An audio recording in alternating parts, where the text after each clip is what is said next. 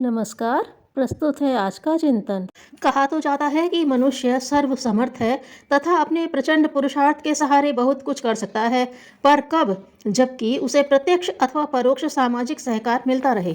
मौलिक क्षमता, प्रतिभा का अपना महत्व तो है, पर वे उपयुक्त परिस्थितियां पाकर ही उभरती हैं। एकाकी पुस्तकीय ज्ञान भी पर्याप्त नहीं होता, न ही वह मनुष्य के व्यावहारिक जीवन का मार्गदर्शन करने में सक्षम है। मात्र पुस्तकों के अध्ययन से कोई डॉक्टर, इंजीनियर, वैज्ञानिक नहीं बन सकता। ऐसा संभव रहा होता तो हर व्यक्ति बाजार में उपलब्ध संबद्ध विषयों की पुस्तकों को खरीद कर उनके अध्ययन द्वारा अभीष्ट विषय में दक्षता और प्रवीणता प्राप्त कर लेता। पुस्तकें सर्वसुलभ होते हुए भी मात्र उनके अध्ययन के बलबूते कोई विशेषज्ञ कहाँ बन पाता है। आशय यह है कि पुस्तकों के साथ साथ अध्यापक का मार्गदर्शन, शिक्षण आवश्यक ही नहीं, अनिवार्य होता है। विशेष प्रकार का तकनीकी ज्ञान प्राप्त करने, कला, साहित्य, विज्ञान आदि क्षेत्रों में विशेषता हासिल करने के लिए अपने अपने ढंग का प्रत्यक्ष मार्गदर्शन अपेक्षित होता है। साधना क्षेत्र में भी यही सिद्धांत लागू होता है। भौतिक क्षेत्र की तुलना में आध्यात्मिक क्षेत्र कहीं अधिक अभिज्ञात है और उतना ही रहस्यमय भी। भौतिक जगत एवं संबंधित वस्तुएं तो प्रत्यक्ष दिखाई पड़ती हैं, पर अध्यात्म का क्षेत्र तो पूर्णतया परोक्ष है। प्रत्यक्ष की तुलना में परोक्ष में भटकाव की अधिक गुंजाइश रहती है। इस भटकाव की संभावना इसलिए भी अधिक रहती है कि साधना में आंतरिक पुरुषार्थ करना पड़ता है। सर्वप्रथम स्वयं पर विजय प्राप्त करनी पड़ती है। अपने गुण, कर्म, स्वभाव का विश्लेषण कर लेना सबसे अधिक कठिन कार्य है। उनके परिमार्जन एवं विकास के लिए साधन उपचार ढूंढ लेना तो और भी कठिन पड़ता है। उंगली पर गिने जाने वाले विरले ही होते हैं जो एकाकी अपने बलबूते स्वयं का निरीक्षण, परीक्षण कर लेने एवं आवश्यक सुधार कर लेने का उपक्रम में सफल हो जाते हैं। वे अपवाद हैं जो साधना क्षेत्र में अपने एकाकी पुरुषार्थ के सहारे बढ़ चलने और मंजिल तक पहुंच जाने में सफल होते हैं। उनको सफलताओं में भी जन्म जन्मांतरों की साधना के संचित संस्कार एवं अनुभव ही सूक्ष्म रूप से प्रेरणा देते एवं मार्गदर्शन की भूमिका निभाते हैं। पर अपवाद तो अपवाद ही हैं, वे जन सामान्य के अनुकरण के विषय नहीं हो सकते। इन अपवादों का अंधा अनुकरण करने से तो असफलता ही हाथ लगती और साधना क्षेत्र में भटकाव ही पल्ले पड़ता है। साधना क्षेत्र में प्रचंड पुरुषार्थी बुद्ध कभी कभी प्रकट होते हैं जो बिना किसी की सहायता के ही आत्मज्योति को जला लेने में सफल हो जाते हैं। लगन एवं भक्ति भावना के धनी रामकृष्ण परमहंस जैसे साधक का अवतरण कभी कभी होता है, जिनका अंतः प्रकाश स्वतः उनकी साधना का मार्गदर्शन करता है। आत्म तत्व का अपने एकाकी पुरुषार्थ द्वारा साक्षात्कार कर लेने वाले संकल्प के धनी रामतीर्थ रामदास तो कभी कभी ही प्रकट होते हैं, अन्यथा साधना के रहस्यमय एवं अभिज्ञात क्षेत्र में प्रविष्ट करने वाले अधिकांश साधकों को प्रत्यक्ष मार्गदर्शन एवं संरक्षण अभीष्ट होता है। यूं तो साधना के विधि विधानों, क्रियाओं एवं उनकी परिणतियों का विस्तार पूर्वक वर्णन धर्म ग्रंथ, योग शास्त्रों में मिलता है, पर मात्र उन्हें पढ़कर साधना आरंभ कर देना संकट से खाली नहीं है। शास्त्रों, धर्म ग्रंथों की उपयोगिता उतनी ही है जितनी कि विद्यालय में शिक्षा प्राप्त कर रहे छात्र को संबंधित विषयों की पुस्तकों की पड़ती है।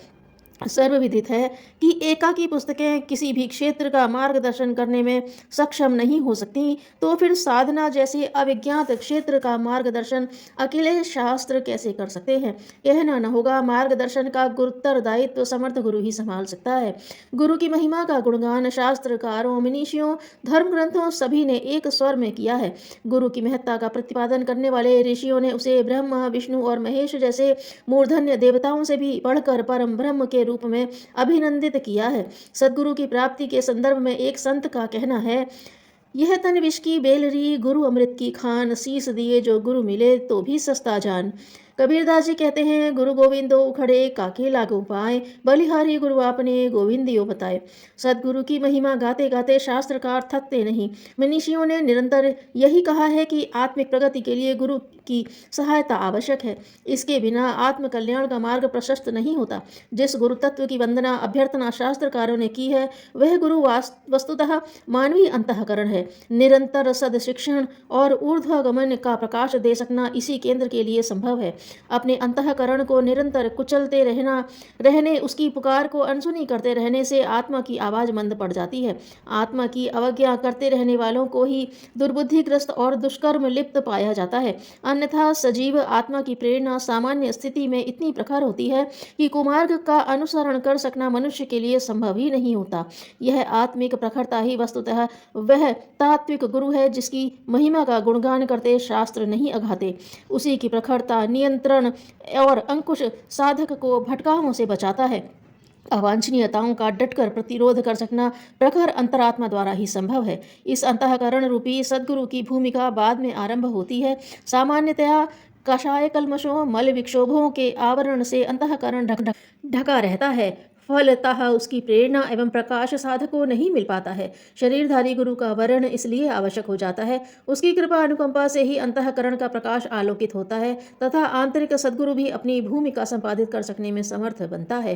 कहा जा चुका है कि विरले ही हुए हैं जो आरंभ से ही अपने एकाकी बलबूते अंतः प्रेरणाओं के आधार पर साधना का कंटकाकीर्ण मार्ग पार करने और मंजिल तक जा पहुँचने में समर्थ हुए हैं। अन्यथा अधिकांश प्रत्यक्ष समर्थ शरीरधारी गुरु की ही सहायता कृपा से लक्ष्य तक पहुंचने में समर्थ हो सके हैं।